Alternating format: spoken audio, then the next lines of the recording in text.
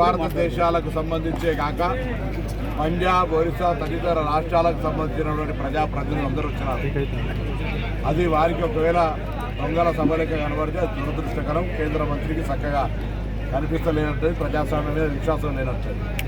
ఈరోజు కేంద్ర ప్రభుత్వం తెచ్చేటువంటి ఈ యొక్క కాన్స్టిట్యున్సీస్ రీఆర్గనైజేషన్ సంబంధించినటువంటి విషయం లోపల మన రాష్ట్రాలకు అన్యాయం జరుగుతుంది. కేంద్రానికి సంబంధించి అనేక సందర్భాల్లో తెచ్చినటువంటి సంస్కరణలు అమలు చేసి ఈరోజు జనాభా శాతం తక్కువైనంత మాత్రాన పార్లమెంట్ సీట్లు తక్కువైతే ఊరుకోం. ప్రజాప్రాతినిధ్యం ఎక్కువ ఉండాలి. పెరుగుతున్న సీట్ల సంఖ్య ప్రస్తుతం ఉన్న సీట్ల సంఖ్య ఆధారంగా జరగాలి. లేదా ఒక 25 ఏళ్ళు పాటు డిలిమిటేషన్ వాయిదా వేయాలనే డిమాండ్తో నేను కూర్చున్నాను. డిమాండ్ తెలుసు, ఎందుకు కూర్చున్నారో తెలిసి కూడా ఆ విధంగా మాట్లాడితే మీకు నిజంగా ఒకవేళ if you are really concern ఈ సిస్టమ్ మీద డిలిమిటేషన్కు దక్షిణ భారతదేశానికో లేకపోతే తెలంగాణకు అన్యాయం జరుగుతలేదని విశ్వాసం ఇవ్వగలుగుతారా?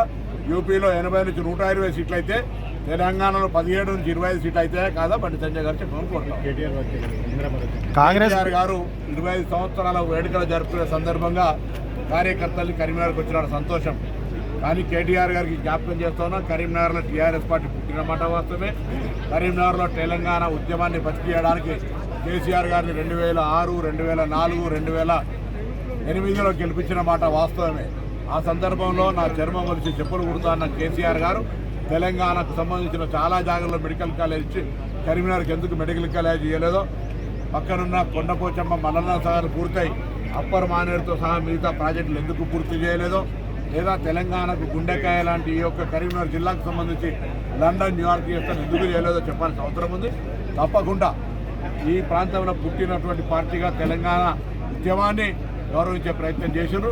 వాస్తవాలు తెలిసినాక ఇదే కరీంనగర్ ప్రజలు 2 పార్లమెంట్ సీట్లను ఓడగొట్టి 8 శాసనసభ స్థానాల లోపల ఓడగొట్టినటువంటి పరిస్థితి ప్రజలు ఇచ్చిన తీర్పు అని గమనించాలని కేటీఆర్ కోరుతున్నారు.